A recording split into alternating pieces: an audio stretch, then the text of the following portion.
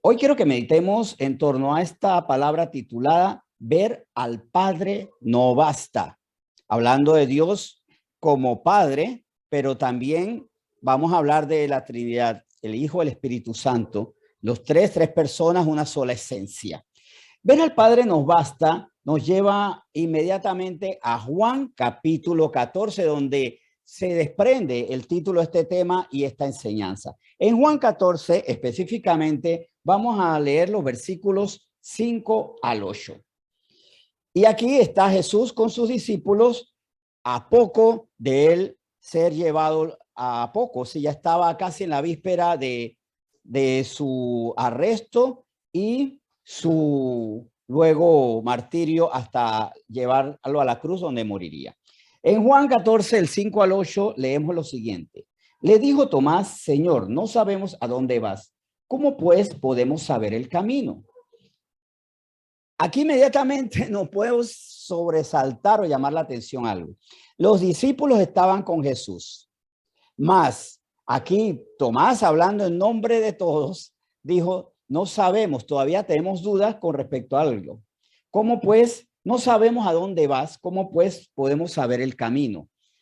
Y por eso Jesús muy categóricamente le respondió, o sea, fue directamente al centro de su duda. ¿Y qué fue lo que le dijo allí? Jesús le dijo, yo soy el camino y la verdad y la vida. Nadie viene al Padre sino por mí. ¿Cómo podemos saber cuál es el camino? Si Jesús es el camino. Pero aquí también queda en algo evidente. Nosotros podemos conocer la palabra de Dios, pero no necesariamente comprenderla. Y aquí vemos el caso. Ellos no comprendían por todo lo que Jesús no solo había hecho, porque él había hecho milagros, sino dándose autoridad sobre esos milagros. Y aunque ellos a veces parecían, daban asomos que comprendían quién era, no terminaban de entenderlo. Un momento que a mí me parece que como que ellos todavía sin saber pudieron haber asentado su entendimiento sobre quién era Jesús fue por lo menos cuando él calmó la tempestad, la tormenta. ¿Quién es este que aún la tempestad, los vientos, la lluvia, las aguas, la naturaleza misma le obedece? Ahí obviamente ellos no estaban todavía claros de quién era Jesús, pero pudo haberse entendido. Pudo haberse sembrado la semilla de la fe en ellos, la certeza. Sin embargo, todavía esa semilla no había germinado. Todavía no crecía y por supuesto no daba fruto. En este momento ellos no sabían que Jesús era el camino, la verdad y la vida. O sea, que Jesús era Dios. Todavía no lo entendían. Y por eso es que le dijo categóricamente, vuelvo y repito, Jesús le dijo, yo soy el camino y la verdad y la vida. Nadie viene al Padre sino por mí. Y aquí es donde los confronta con su duda, su falta de entendimiento. Si me conocieseis, también a mi Padre conocierais. Y desde ahora le conocéis y le habéis visto. Bueno, perfecto. Tomás manifestó una duda, no sabemos todavía. Ni cómo llegar, qué camino tomar. No sabemos ni siquiera a dónde vas. ¿Qué será de ti? Yo soy el camino a ver de la vida. Si ustedes me conocieren, ustedes conocerán al Padre. O sea, y habla de también un tema muy importante, ver al Padre, ver al Hijo. O sea, si yo conozco al Hijo, conozco al Padre. ¿Está claro? Si conocemos a Jesús, sabemos quién es Dios. Y conocemos también el plan donde el Padre había enviado al Hijo y el Hijo, en obediencia al Padre, se disponía para ser el Salvador, la vida, la verdad y la vida, el camino a la eternidad. La verdad, porque solamente en Él está ese camino, y la vida. Él es la vida, no solo la vida abundante aquí, quitándonos todas las mentiras que nos empobrecen, todas las mentiras que empobrecen nuestro concepto acerca de nosotros mismos. ¿Quiénes somos nosotros? ¿Para qué estamos aquí? No solamente en cuanto a nuestro rol en esta vida. Muchos somos tan pobres que creemos que nuestro rol es nuestro trabajo. Muchos somos tan pobres que pensamos que nuestro matrimonio es el objetivo de nuestra vida. Muchos somos tan pobres de entendimiento que creemos que nuestra cuenta bancaria, nuestro talento, nuestra profesión es la vida. No. Son roles donde yo debo jugar mi rol o donde debo jugar mi verdadero papel. donde debo mantener una identidad firme. Yo soy músico, soy deportista, soy arquitecto, soy doctor, para siendo descendencia de Dios, mostrar su gloria. Es para eso. Incluso el matrimonio es para glorificar a Dios. Los hijos son para glorificar a Dios por medio de la crianza de nuestros hijos. ¿Y cómo nosotros glorificamos la crianza de nuestros hijos? Haciendo creyentes, enseñándoles que guarden todas las cosas como el Señor Jesús nos ha mandado. Hacer a nuestros hijos discípulos. Ese es nuestro papel. Para glorificar a Dios estamos, porque somos hechura suya y por medio de él somos nuevas criaturas. No somos nuevas criaturas. Ellos no conocían, así que bueno, tal vez aquí había final feliz. Si me conocieses también a mi padre conocieras y desde ahora lo conocéis y la habéis visto. Ah, perfecto, unánime, aplausos, Señor, todos te entendemos. No. Felipe todavía tampoco estaba, o sea, Felipe manifestaba su duda, él tampoco sabía quién era. Felipe le dijo, Señor, muéstranos al Padre y nos basta. Yo soy el camino, la verdad y la vida. No, muéstranos al Padre, eso es lo que nos basta. Versículos 9 al 11. Jesús le dijo, ¿tanto tiempo hace que estoy con vosotros y no me has conocido, Felipe? Están conmigo, pero no saben quién soy. Tanto tiempo les he dedicado, les he hablado. Eso mismo nos puede decir a nosotros, porque nosotros decimos, uy, pero qué lentos, qué tardos para aprender estos discípulos. Pero eso mismo nos puede decir a nosotros, y vamos a hacer un examen. ¿Cuánto tiempo tenemos de estar escuchando palabra de Dios? Si son semanas, bueno, todavía tenemos la duda, aunque nosotros, o sea, todavía está como ese margen, aunque verdaderamente desde el día 1 ya nosotros deberíamos comprender quién es Cristo. Si tenemos meses, menos favorable. Y si tenemos años, esto de examinar. ¿Cuánto tiempo? Y el Señor nos puede decir, ¿cuánto tiempo te he hablado a ti y todavía no me conoces? Señor, yo no te he visto a ti si tú no estás aquí en la tierra. ¿Y qué es la iglesia? La iglesia es el cuerpo de Cristo. Y por medio de la iglesia Él habla quién es Él. Y una iglesia que es celosa, por eso enfatiza tanto en Cristo.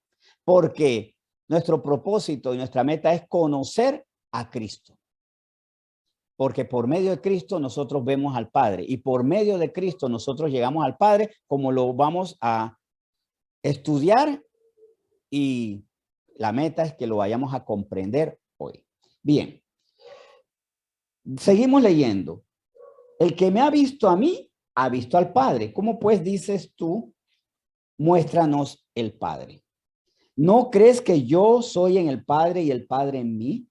Las palabras que yo os hablo, no las hablo por mi propia cuenta. No es Jesús humano, con un cuerpo humano, pero no es el Jesús humano que está hablando. Por medio de Jesús, Dios está en medio de la gente. Se hace visible, palpable, escuchable. Pero la palabra que él dice viene de Dios mismo, porque el Padre, el Hijo y el Espíritu Santo tienen un mismo sentir y siempre van a tener una sola palabra. No van a tener discrepancias entre ellos. Así que seguimos la lectura.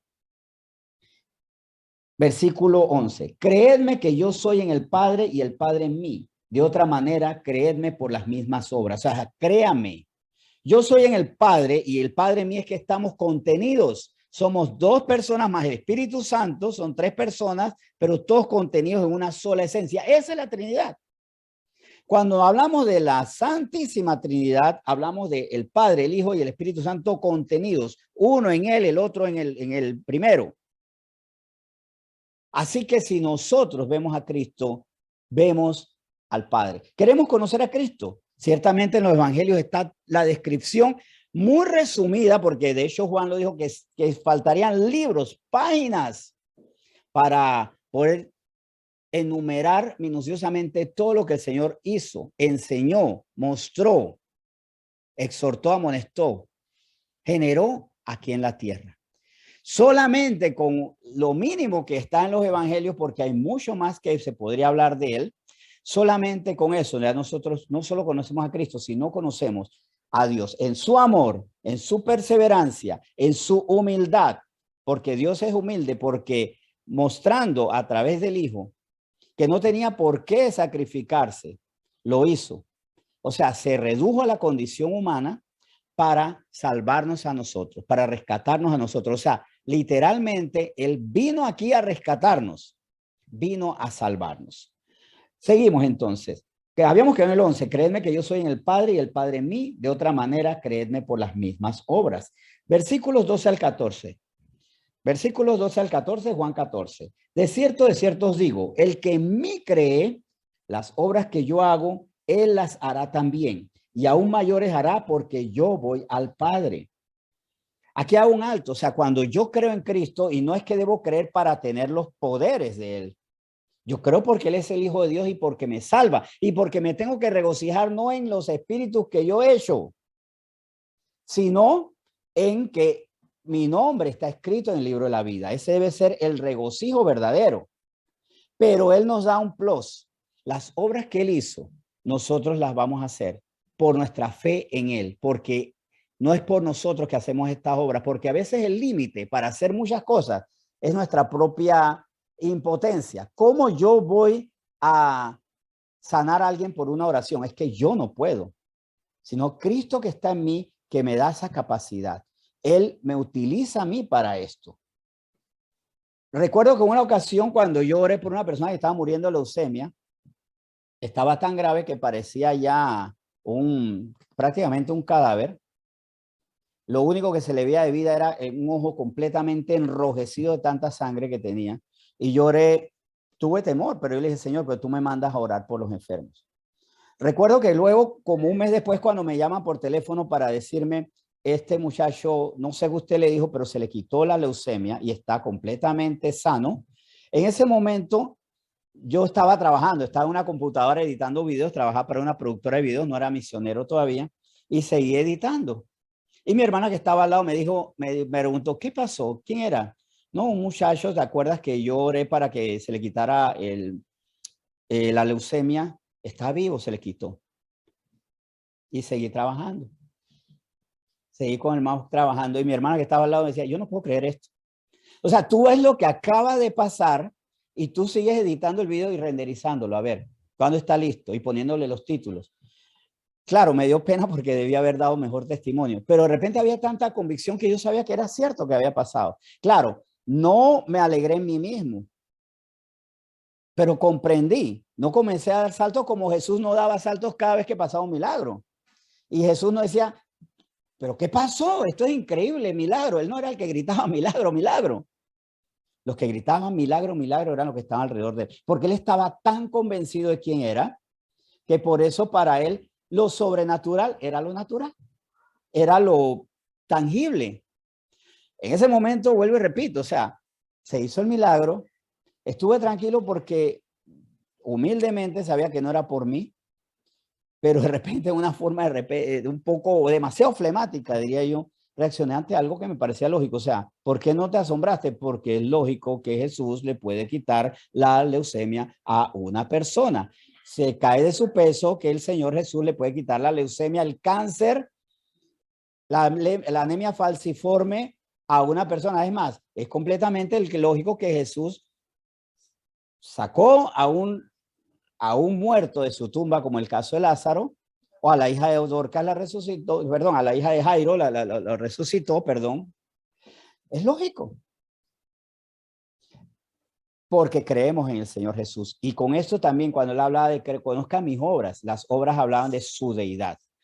Por supuesto, los milagros que se generan a través de nosotros, porque si creemos que Él se manifiesta en nuestra vida, eso va a ser así. Obviamente, eso nos va a llevar a algo, a anhelar que pasen esos milagros, confiar en Él y no dejarnos llevar por la frustración. Obviamente, hay veces que yo he orado por un milagro y no se realiza. ¿Qué ocurre y por qué el Señor no responde a nuestras oraciones con un sí? Porque en su soberanía su respuesta es un no. ¿Por qué murió mi madre si oré por ella? Porque Dios dijo, se acabaron sus días de la vida. Tengo una razón moral superior, incomprensible, por lo que eso no es un acto de maldad, sino es completamente bueno. Incluso si la muerte es de un menor. Que el Señor no responda a mis oraciones no es que no tiene el poder o es que no me está usando a mí, teniendo toda la fe, sino que el Señor, así como dice sí, dice no o dice todavía. porque también si no me sana en el momento, bueno, Señor, obviamente es algo, no me dijiste que sí. Hay dos posibilidades, que sea no o todavía no. Y seguimos orando y glorificando al Señor, por supuesto. Seguimos entonces en ese sentido y versículos 13 al 14. Y todo lo que pidiereis al Padre en mi nombre lo haré. Todo lo que pidiereis al Padre en mi nombre lo haré, para que el Padre sea glorificado en el Hijo. Si algo pidiereis en mi nombre, yo lo haré. Esa es una respuesta a la pregunta esta que nos hacemos, aunque esto lo examinamos hace ya un par de meses. ¿Por qué pedimos en nombre de Jesús? Porque siempre nuestras oraciones son, Señor, te damos gracias y sana a esta persona, le agradecemos tu palabra en el nombre de Jesús. ¿Por qué decimos esto en el nombre de Jesús que se puede volver una muletilla? Porque en el nombre de Jesús, mostrando la gloria del Padre, el Señor Jesús hace, pero para que el Padre sea glorificado en el Hijo, para que se vea la gloria del Padre en el Hijo. Y por eso cuando nosotros pedimos algo en el nombre de Jesús y se cumple, le damos la gloria al Padre, pero le damos la gloria en el Hijo, porque Él dio esa instrucción. Pídanlo en mi nombre, y ocurrirá. Y no es que Él lo hará, yo lo haré. Yo lo haré. Aquí no dijo Jesús, el Padre hará. Yo lo haré. La diferencia con nosotros es que cuando nosotros oramos, nosotros no somos los que sanamos. El muchacho que se sanó de leucemia no fue porque yo lo sané, fue por el Señor Jesús, porque yo le pedí en nombre de Jesús. De hecho, lo dije con bastante carga en ese momento, Señor Jesús, yo lo estoy diciendo porque tú dices que tenemos que pedir por esa sanidad, por ese milagro. Esto a mí me queda grande, pero a ti no. Y yo le creí absolutamente y Él hizo esta sanidad. Porque en el nombre de Él, porque para estas cosas, para que reconozcamos al Señor Jesús como Dios. O sea que ver al Padre no basta. Aquí vemos la respuesta de Jesús. Ahora vamos a ver por qué esa insistencia y por qué no todo puede ser en el Padre nada más. Y esto es fundamental, esto es vital. Esto es de vida o muerte lo que viene más adelante. Si algo pidieres en mi nombre, yo lo haré. Habíamos quedado en el 14. El 15 al 17 dice, si me amáis, guardad mis mandamientos. Y con esto también quedaba claro que era Dios. Yo no puedo decirles familia, no mataréis, no robaréis, no desearás la mujer de tu prójimo, los bienes de tu prójimo, porque esos son mis mandamientos, porque eso sería muy atrevido, sería atribuirme que eso viene de mi cabeza, de mi corazón, son mis estatutos. Como dice el Señor, no robaréis, no mataréis, no levantarás falsos testimonios, no desearás ni la mujer, ni los bienes, ni nada de tu prójimo, porque dice el Señor. Pero aquí él habla no de los mandamientos del Señor, sino de mis mandamientos. Con lo que queda claro que Jesús es Dios. Y yo rogaré al Padre y os dará otro consolador para que esté con vosotros para siempre. Aquí habla, ya introduce a la tercera persona de la Trinidad, el Espíritu Santo. Yo rogaré al Padre, claro. Él como hijo, y aquí también, no solo hablando de la sujeción y de la completa sujeción de uno a otro, no solamente hablando de eso, sino como hombre también, porque él le rogaba al Padre para que multiplicara los panes. Él dio gracias por el pan y dio gracias al Señor y se multiplicaron los panes, por ejemplo, sino que también con eso le enseñó, ustedes rueguen al Padre y no los dejaré solos, no los dejaré solos. Y aquí comienza a responder también a la pregunta inicial de Tomás, ¿a dónde tú vas? ¿Cómo sabemos si no sabemos ni a dónde iremos, ni qué pasará, si ni siquiera sabemos dónde tú estarás? Primero comienza a decirle, yo no los dejaré solos. ¿Cuál es el temor? Que yo me voy, ustedes no quedarán solos. Quedará alguien igual a mí, el Espíritu Santo, con lo que al decir, quedará alguien como yo, otro consolador, el Espíritu Santo, el Espíritu de verdad, como dice aquí el versículo 17, queda claro que Jesús es Dios y no lo podemos rebajar, no lo podemos minimizar, no lo podemos menoscabar ni en una partícula de lo que Él es. El Espíritu de verdad, versículo 17, el cual el mundo no puede recibir porque no le ve ni le conoce, pero vosotros le conocéis porque mora con vosotros y estará en vosotros. Pero aquí Él dice que Él es el que nos dará el Espíritu Santo. O sea, el Padre da al Espíritu Santo, pero por medio de Él, porque Él es el que intercede. Padre, yo te pido dales el Espíritu Santo. Así que el conducto al Espíritu Santo es Jesús.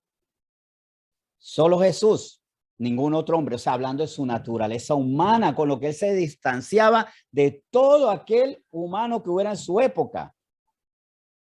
Hombres ejemplares, mujeres ejemplares seguían a Cristo, pero ninguno podía dar el Espíritu Santo. Por medio de ningún otro se puede dar el Espíritu Santo, sino solamente por medio de Cristo. ¿Para qué? Para que no solo morara con vosotros, sino para que estén ustedes, estará el Espíritu Santo. Por ahora no, porque yo estoy con ustedes.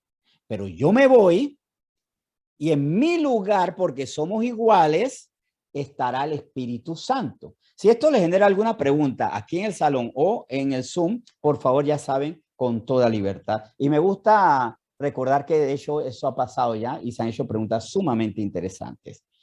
Versículo 18 al 20, ajá. Pregunta.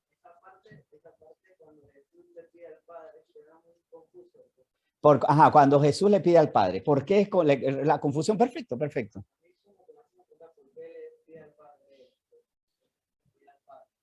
Porque tanto Padre, Hijo y Espíritu Santo no pueden estar en contradicción, tienen que estar de acuerdo en todo. Son tres personas, pero tienen que estar de acuerdo en todo. Y porque de todas maneras Jesús, en este sentido, o sea, primero como Jesús como Dios, porque tiene que haber un acuerdo. No puede haber un desacuerdo, tiene que haber una unanimidad. Y también en su parte humana, porque con Jesús hay que descifrar, Él es 100% Dios en la tierra, y fue 100% hombre en la tierra. Ahora él ya no es 100% hombre en la tierra por esa naturaleza humana. Fue, recuerden, llevada a la cruz y murió, la naturaleza humana. De hecho, el cuerpo que él tuvo después era un cuerpo glorioso, con otras condiciones, un cuerpo que ascendió a los cielos. Allí vemos dos condiciones muy interesantes. Primero, porque él estaba en perfecto acuerdo con el Padre, siempre. Y segundo, en su naturaleza humana, él no dejaba de depender del Padre. Él en todo momento dependió del Padre, siendo Dios, porque él tenía que también glorificarlo en su condición humana como dependiente de él en su naturaleza humana. Jesús nunca dejó de ser humano y nunca dejó de ser divino. Y las dos partes él las honró. Tenía que honrarlas a cabalidad y por eso incluso esto derrumba ese argumento que a veces se dice, yo creo que Jesús, como él era Dios, no le dolía nada. Sí, pero es que su naturaleza 100% humana en la cruz le dolió todo. Y la sangre que salió ahí no fue un holograma, no fue una ilusión, no fueron efectos especiales, fue sangre humana la que salió de él. Así que entre la comunión que hay entre Padre, Hijo y Espíritu Santo y el tener que honrar como hombre al Señor le llevaba al tener que rogar. Yo te ruego. E incluso recuerden que este ruego no solamente se dio en este momento, sino cuando luego él hace esta oración. No te pido que lo quites del mundo, sino que lo guarde de toda mal. Y él rogó por ellos, que lo guardes de todo mal. Él en su naturaleza humana seguía dependiendo de Dios. ¿Aclara la pregunta o se volvió más confusa? ¿Ah? Bueno, yo ahí lo que agrega, que voy a traducir porque las personas no escuchan porque este micrófono filtra, ¿no? Ajá, dime, para los que están en Zoom. Se resume. Acuérdense que Jesús fue en todo ejemplo. Exactamente. Para nosotros. Jesús fue ejemplo en todo para los que están en Zoom. Y él quiso que nosotros viéramos al Padre, pero en toda obediencia.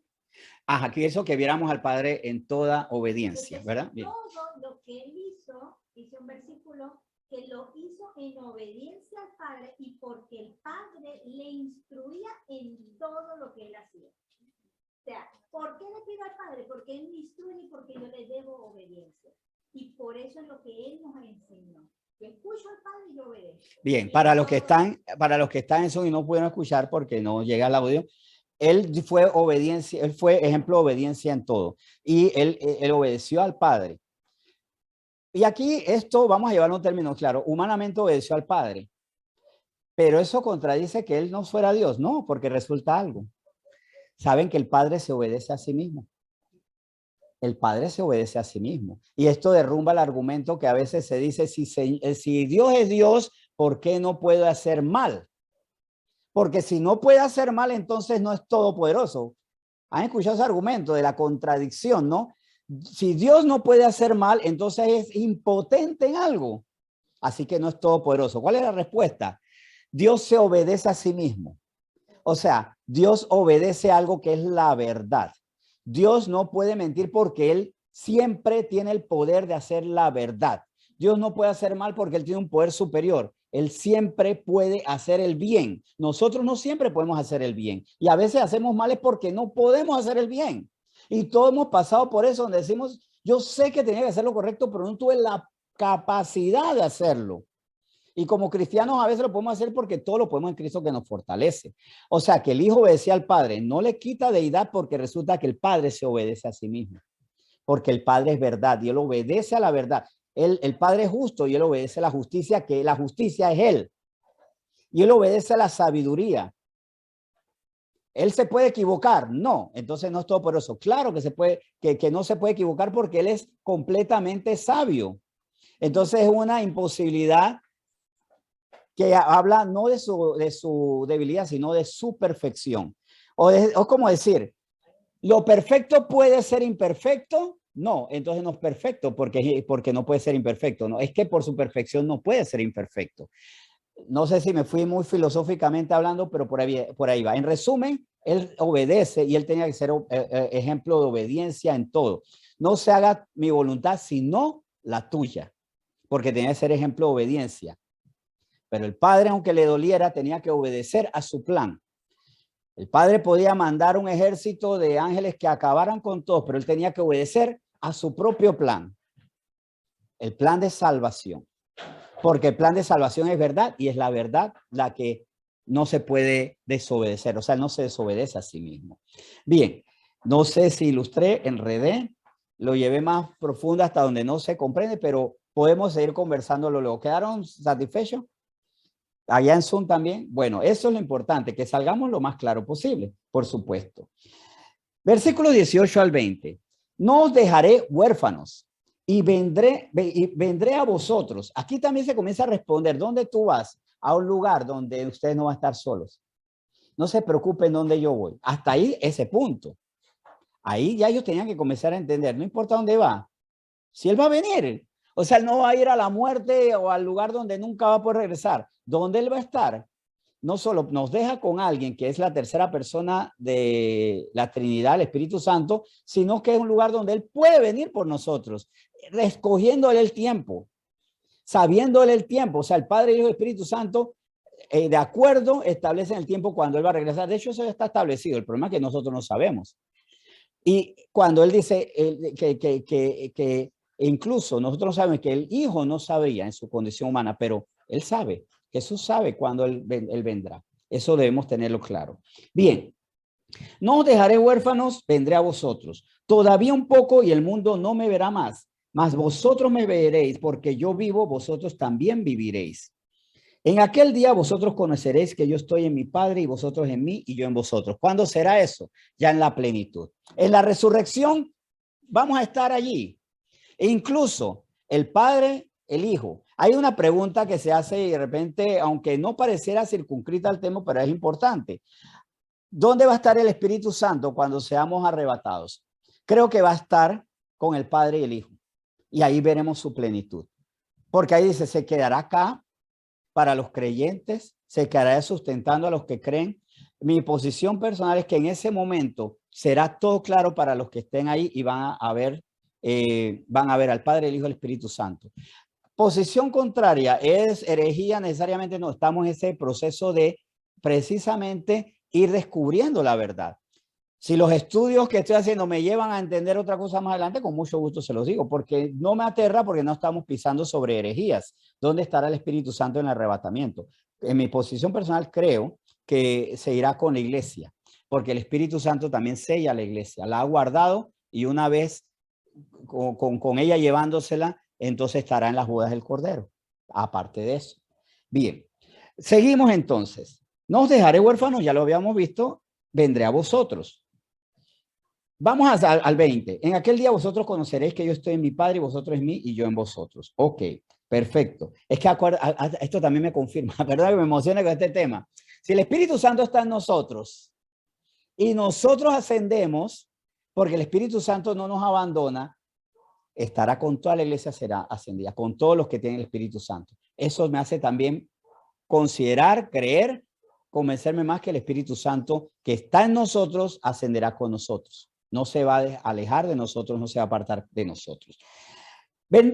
Juan 14, el 21 al 24. El que tiene mis mandamientos y los guarda, y aquí insiste, mis mandamientos.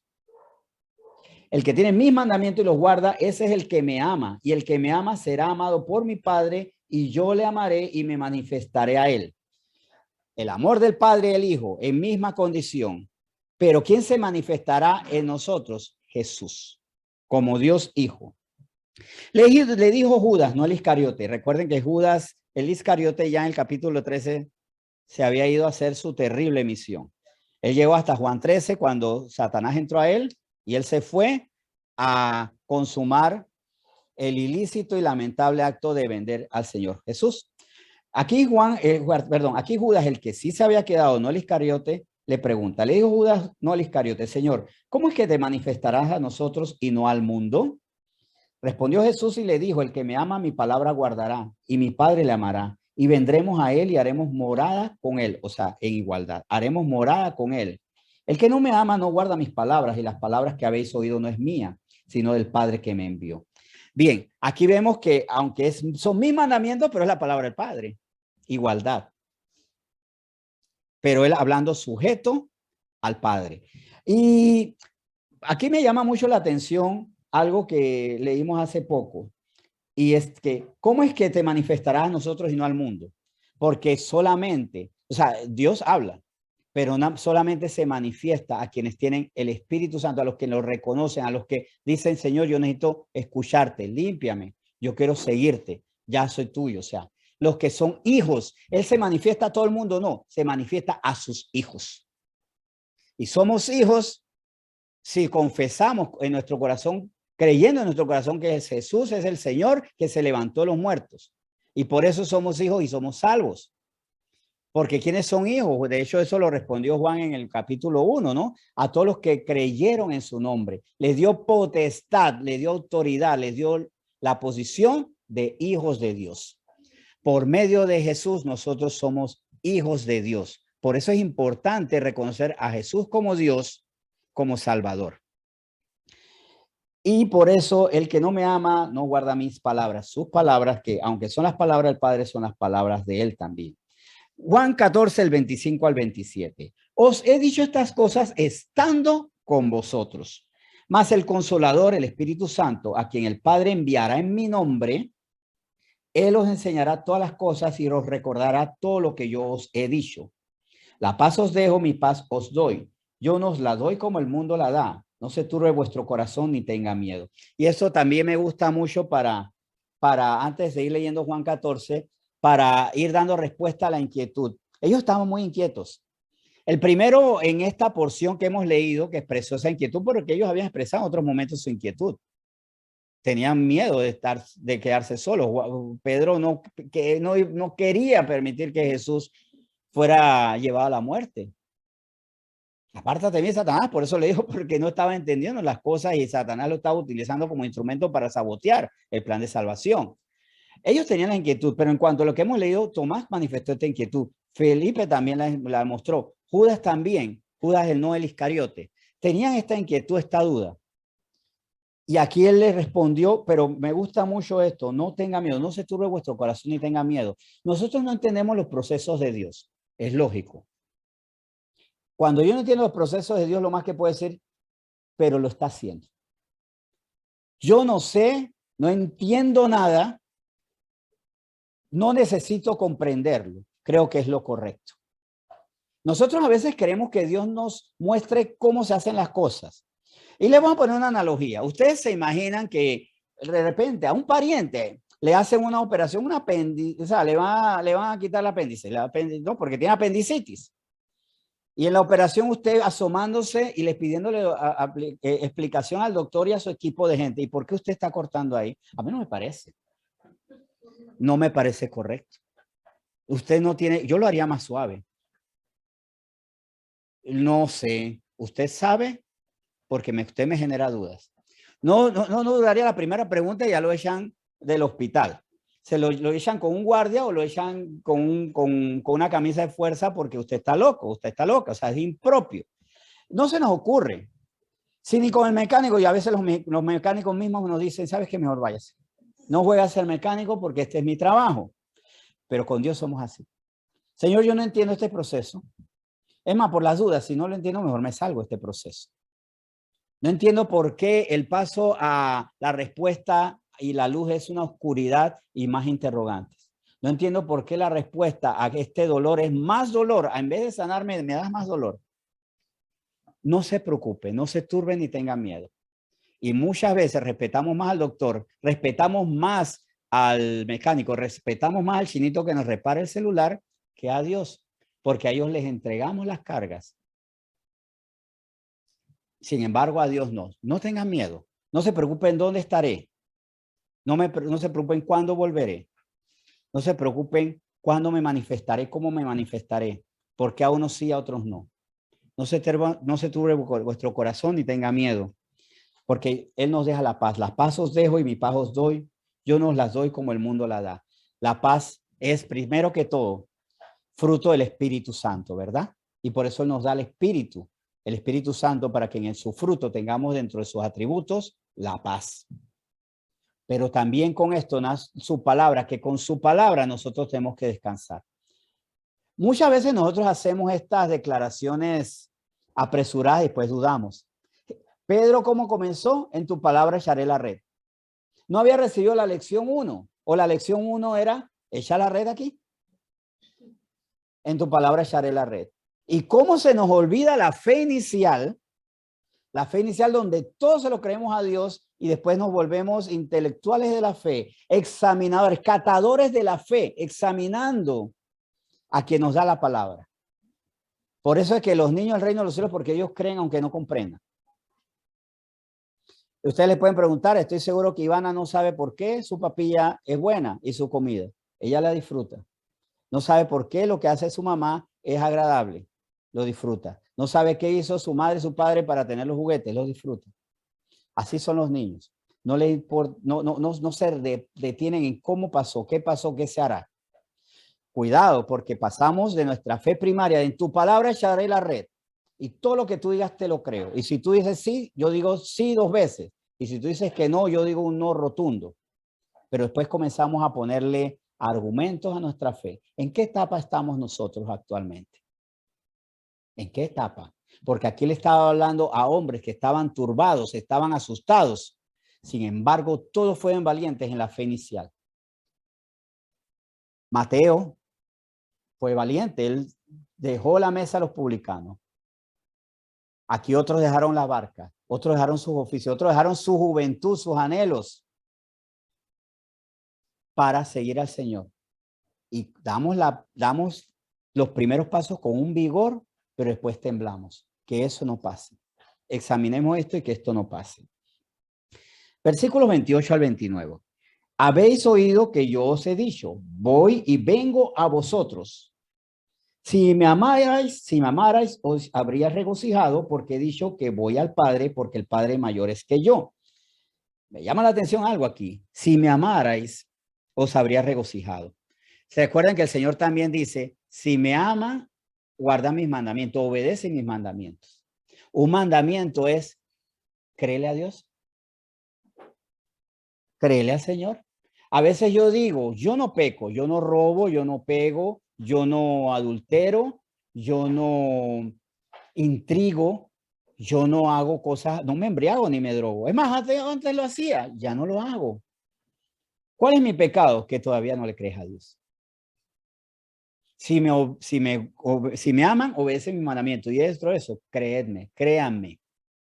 ¿Cuántas veces Él lo dijo? Que creyeran en Él, en su palabra y la manifestación de Él por medio de sus obras. Le estamos creyendo al Señor. Y dentro de eso aplica entonces, ¿por qué que aquí dice? Si me amarais, os habríais regocijado, porque he dicho que voy al Padre, porque el Padre mayor es que yo. Y ahora os lo he dicho antes que suceda, para que cuando suceda, creáis. O sea, para que esto no lo tome sorpresa, yo voy a volver. Y ellos tuvieron una bendición que no hemos disfrutado nosotros más que por testimonios. El Señor Jesús viene y nosotros estamos esperando su segunda venida. Pero ellos tuvieron un adelanto.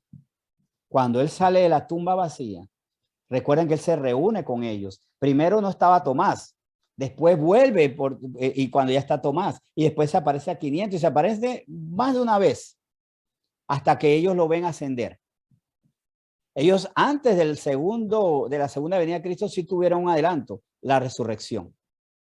La resurrección y su andar en la tierra hasta que resucitó. Ellos tuvieron esa bendición que nosotros no la tenemos. Nosotros no lo pudimos ver andar. Sí tenemos los testimonios y creemos que Él salió de la tumba está vacía, no hay manera de encontrar huesos de Él allí. Su cuerpo desapareció por completo, solamente estaban sus vestidos y su cuerpo glorificado ascendió a los cielos. Eso lo creemos. Ellos, cuando Él les dijo esto, les dijo algo. Ustedes sí van a ver en esta generación mi regreso de la tumba, mi salir de la tumba para luego ascender y un día volver. Y eso ellos lo van a ver también. En ese sentido nos ganan por una, porque ellos lo van a ver a Él el día de ellos no serán arrebatados, ellos serán resucitados. Bien, y ahora los dicho antes que suceda para que cuando suceda creáis. De hecho, adelanto, sucedió y no lo creían. Sucedió y Tomás no lo creía. Ver para creer. Juan 14, del 30 al 31. No hablaré ya mucho con vosotros, porque viene el príncipe de este mundo y él nada tiene en mí. ¿Quién es el príncipe de este mundo? Satanás. Porque viene el príncipe de este mundo y él nada tiene en mí. Él nada tiene en mí, corrijo, sí. Más para que el mundo conozca que amo al Padre y como el Padre me mandó, así hago. Levantaos, vamos de aquí. Eso también se cumplió. El príncipe de este mundo se manifestó, terminó de enceguecer y creo que ahí fue que hubo también nuevamente manifestación de espíritu de estupor. El espíritu de estupor en los tibios, en los fríos. ¿Por qué tantas personas recibieron a Jesús? Entrar a triunfar a Jerusalén. Hosana, Hosana al rey de las alturas. Obviamente los fariseos no estaban con palmas diciendo Hosana al rey de las alturas. Pero ¿por qué muchos que lo recibieron luego o no estaban allí, no hicieron nada al respecto, o tal vez, ¿por qué no? Le dieron la espalda y dijeron, crucifíquenlo, crucifíquenlo, liberen a Barrabás. Hubo un espíritu de estupor. Ahí hubo un espíritu para los que estaban, pero no estaban. Como va a ocurrir en el caso nuestro, si no estamos firmes el Señor, cuando venga la persecución. Sí viene la persecución. Sí vienen los días difíciles. Y es más algo que estoy tratando de discernir. No solamente sé que van a venir represalias con nosotros por lo de la ideología de género, por lo de la legalización del aborto, de la eutanasia. No solamente por eso. Es más, creo que eso sí son peligros reales, pero van a ocultar, nos van a encandilar tanto que van a venir otros ataques.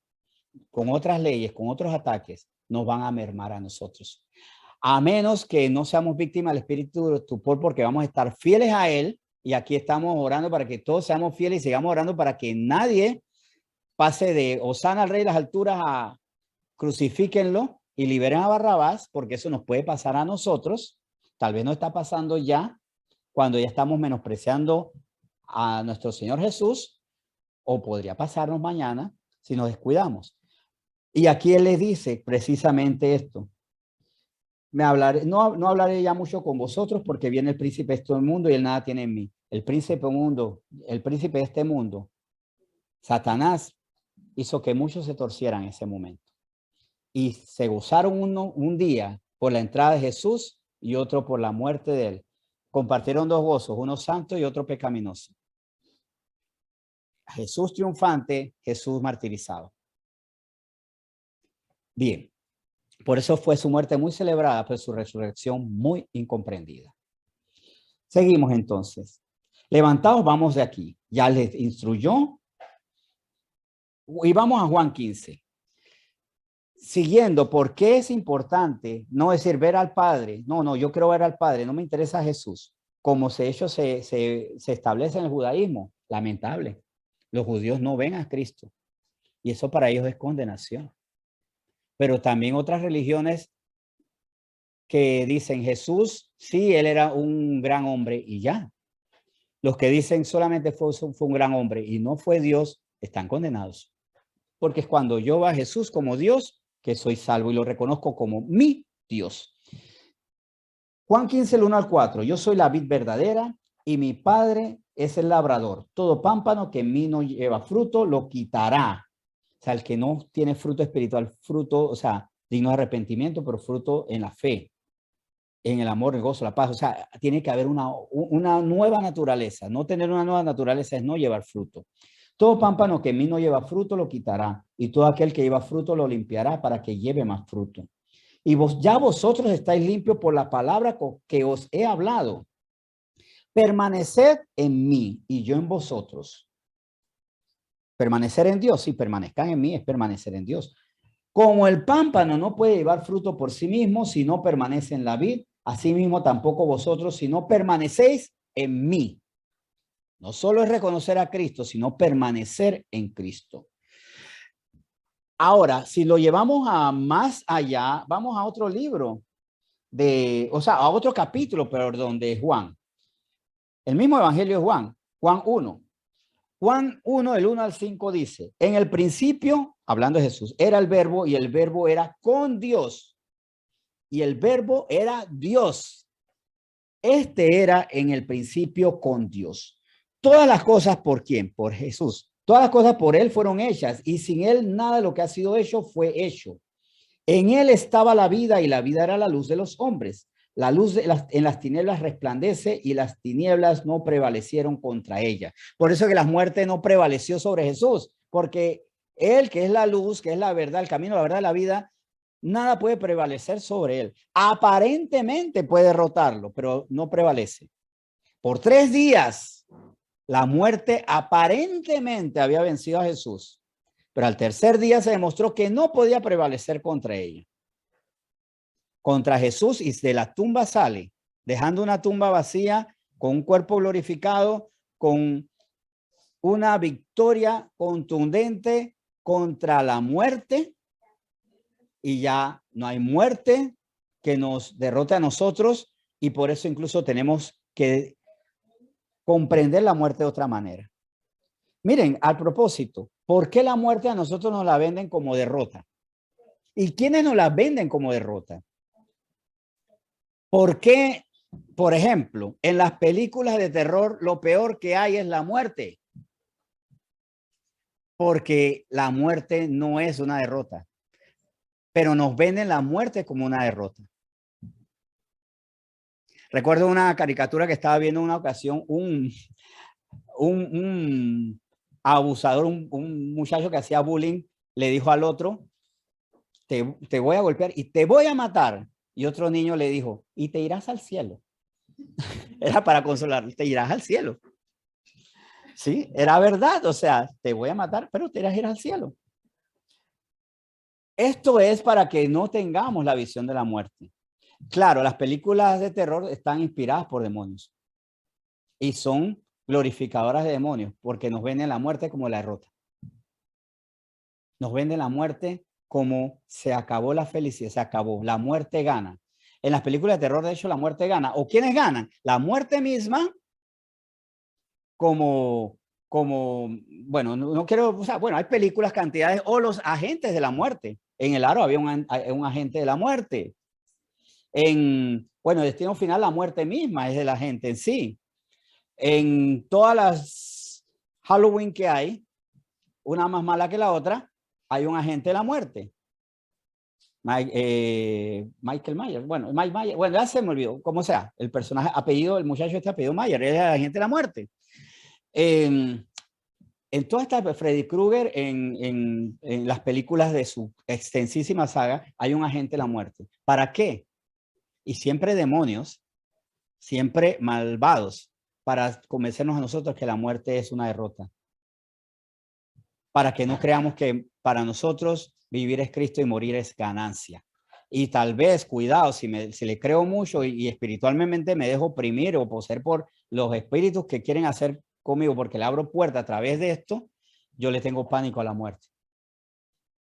Y no vamos a vivir el gozo de Esteban, que viendo la muerte encima. No vio fue la muerte, ni sintió las pedradas. Bueno, sí la sentía, pero no vio la muerte, sino vio a Cristo junto al Padre en el cielo abierto que él percibió, él vio y fue literal, no fue su imaginación. Él vio a Cristo y al Padre a su lado. Eso nos confirma que ver al Hijo y ver al Padre son simultáneos. Este pasaje de Esteban. Hechos, en el libro de los Hechos. Bien. Ahora, ya hoy nos hemos centrado en un solo autor, ¿verdad? Porque ya vimos a Juan en Juan 14, Juan 15 y Juan 1. Vamos a Apocalipsis. Un libro que, anotación, le tuve terror hasta que conocí la verdad. Apocalipsis era de terror para mí. Cuando un día escucho en la iglesia, Apocalipsis es el libro más feliz de las Escrituras. Hay muchas razones. De hecho, tiene un final tan feliz que recuerden, Génesis 1, Génesis 2 felices. Génesis 3 se arruinó todo. Apocalipsis 21 y 22, los últimos versículos, todo se arregla. Final feliz. Como que una película de paz corta y final casi en los últimos 15 minutos, 10 minutos, 5 minutos. Pero al final es feliz. Muy tortuosa la historia de la humanidad y su amor por el pecado. Pero un final feliz. Apocalipsis es un libro alegre. También para que nos vayamos quitando esos temores. Temible para los que no están en Cristo. Para ellos sí es temible, para nosotros no. Apocalipsis 19 del 11 al 13. ¿Por qué? Si vemos al Padre, vemos al Hijo. Ver al Padre no basta. Y es más, para ver al Padre necesitamos ver al Hijo. Si no vemos al Hijo, no vamos a ver al Padre. Si no reconocemos al Hijo, no vamos a poder tener acceso a una eternidad con el Padre. Apocalipsis 19, del 11 al 13 dice, entonces vi el cielo abierto y he aquí un caballo blanco y el que lo montaba se llamaba, en mayúscula, fiel y verdadero, y con justicia juzga y pelea. Sus ojos eran como llama de fuego y había en su cabeza muchas diademas y tenía un nombre escrito que ninguno conocía sino él mismo. Estaba vestido de una ropa teñida en sangre y su nombre es, ¿se acuerdan Juan 1? El Verbo de Dios. O sea que obviamente al decir su nombre es el Verbo de Dios es Jesús. Es Jesús. Versículos 14 al 16. Y los ejércitos celestiales vestidos de lino finísimo, blanco y limpio, le seguían en caballos blancos. Aquí los ejércitos celestiales, todos estos ángeles fieles, seguían detrás de él, porque la autoridad es de él, porque él es Dios. De su boca sale una espada aguda para herir con ella a las naciones, y él las regirá con vara de hierro. Y él pisa el lagar del vino del furor y de la ira del Dios Todopoderoso. Y en su vestidura y en su muslo tenía escrito este nombre: Rey de Reyes y Señor de Señores. O sea, no hay Señor por encima de él, porque él es Dios. Pero no solo es Dios, sino es camino al Padre. No basta ver al Padre si no vemos al Hijo. Y dicho de otra manera, si no vemos al Hijo, no vamos a ver al Padre.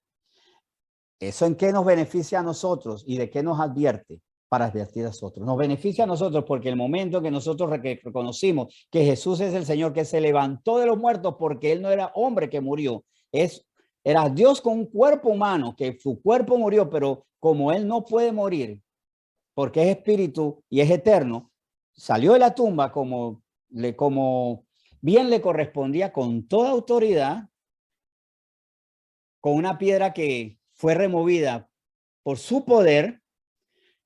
Por eso, y solo por eso nosotros somos salvos y tenemos una eternidad con él.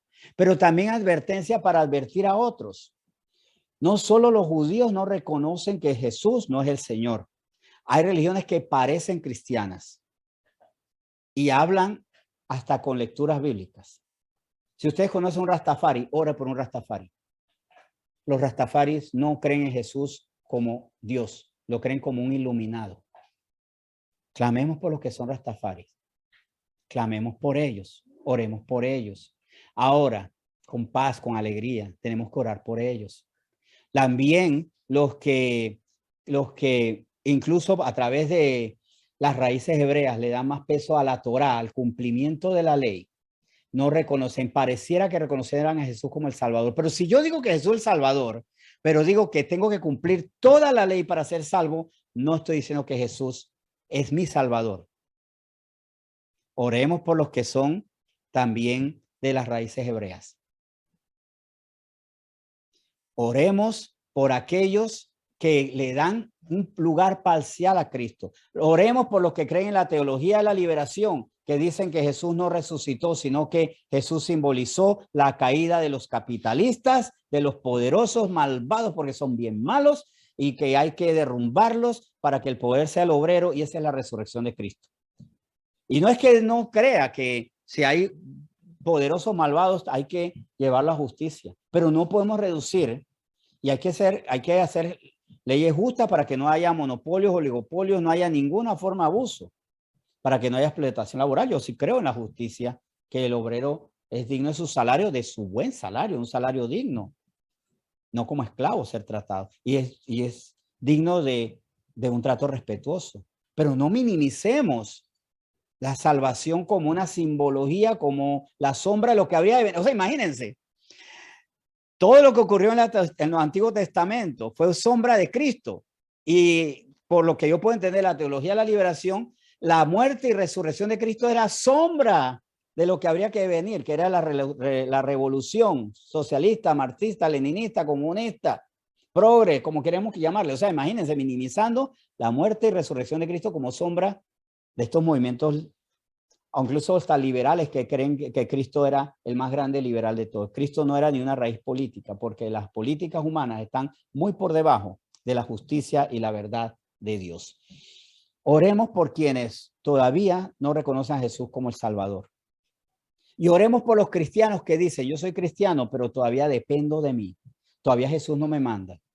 Porque si me amas, obedeces mis mandamientos. Oremos por los cristianos que dicen ser, pero no lo son. Porque un futbolista no lo es porque pone una camiseta, unos tacos, unas medias y un pantalón, porque tiene que jugar con pantalones. No es por eso, sino porque juega fútbol. Si no, lo demás es que está disfrazado para una fiesta, para un cumpleaños temático, pero no es futbolista. Un cristiano que se viste de cristiano porque usa ropas cristianas, porque tiene una Biblia bajo su brazo más que como una indumentaria. Algunos tienen unos llaveros muy bonitos. Hay personas que gastan mucho dinero en llaveros. Una vez conocí a una señora que tenía un llavero que costaba $1000, cosas de esas. Bueno, hay personas que se ponen la Biblia como un adorno. Pero si no obedecen a Cristo, no son de Cristo. Porque también muchos llegarán diciendo, Señor, Señor, y no se les abrirá la puerta porque nunca fueron de Cristo. También oremos por los que no son de Cristo. Y con esto, para que entonces, si sus nombres estén inscritos ahí en el libro de la vida, entonces veamos al Padre. Vemos al Padre cuando vemos ahí al Señor Jesús como nuestro Salvador, nuestro Redentor, nuestro Dios, nuestro Señor. Esa es la reflexión final y con esto le invitamos a que oremos. Vamos a orar. Señor, gracias porque vimos al Padre cuando te vimos a ti por medio de las Escrituras y lo que nos mostró el Espíritu Santo. Porque el Espíritu Santo no estaba en nosotros, pero sabemos, Señor, que se manifestó como se manifestaba en el Antiguo Testamento.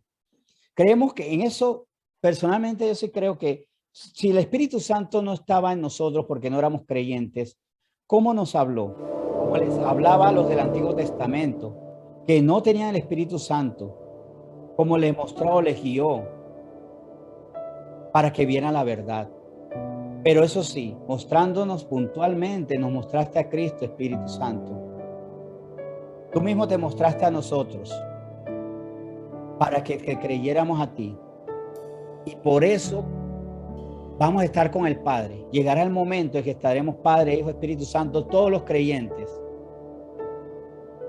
reafirmados en las promesas estamos, Señor, porque te creemos.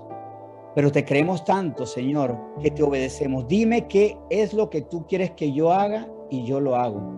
Tú me dices que perdone a esa persona que yo en este momento quisiera no ver más. Es más, vamos a hacer este ejercicio. Si hay alguien en este momento que usted no quisiera volver a escuchar, no quisiera volver a ver, pídale perdón a Dios porque la voluntad de Dios es que perdonemos a quien nos ofende, así como tú también nos perdonaste porque te ofendimos muchísimas veces. Si todavía yo no puedo perdonar al que me ha ofendido, no soy tuyo, Señor, y tengo que arrepentirme de esto. Si todavía no puedo tener pensamientos puros, porque escojo pensamientos impuros, porque puede ser que los pensamientos impuros pasen por mi cabeza, o muchas veces porque yo escojo pensar impurezas. A veces veo lo impuro porque antes de darme cuenta y discernir que no debo verlo, lo observé. Pero hay otros que podemos estar escogiendo. Nos conectamos a internet para escoger ver lo impuro, lo pornográfico, lo ilícito, lo vulgar, lo mentiroso, lo que contamina mi alma, lo que es entrada para demonios. Cuando tú eres nuestro Dios, Señor Jesús, vemos al Padre, vemos su misericordia, recibimos su perdón, tu perdón, Señor. Esto para que entonces examinemos. Te estamos viendo a ti en todo, te estamos viendo a ti dándonos tus ordenanzas, tus mandamientos, porque tú hablabas mis mandamientos, o todavía me mando yo. Si en algo tú me has mostrado que todavía estoy fallando, este es tiempo de decir, y vamos a decirle así, Señor, perdóname porque todavía no te obedezco. Perdóname porque todavía mis ojos buscan lo impuro. Perdóname porque todavía mis labios escogen palabras mentirosas. Porque no es que mentí por temor y de repente dije, no, yo no fui, sí fui, después me da pena. Sino que premeditadamente organizo las mentiras. Si organizo las mentiras, perdóname por eso. Señor, si tengo que perdonar a alguien y no le he perdonado, perdóname. Te pido perdón a ti por no perdonar a quien tengo que perdonar, o por no pedir perdón, porque sé que tengo que pedir perdón. Y mi ego dice, mi propia carne dice, no pidas perdón, no pases esa pena, no le des alegría a alguien. Pero tú dices que pidamos perdón. Perdóname por no haber pedido perdón a quien tengo que pedirle perdón. Gracias, Señor, porque te vemos a ti cuando te obedecemos, porque hemos visto tu palabra y decimos, Señor, ya no puedo vivir según mis deseos, veo tu palabra en todo y te veo a ti en todo lo que hago. Veo tu ejemplo, veo tu integridad, veo tu pureza y la imito.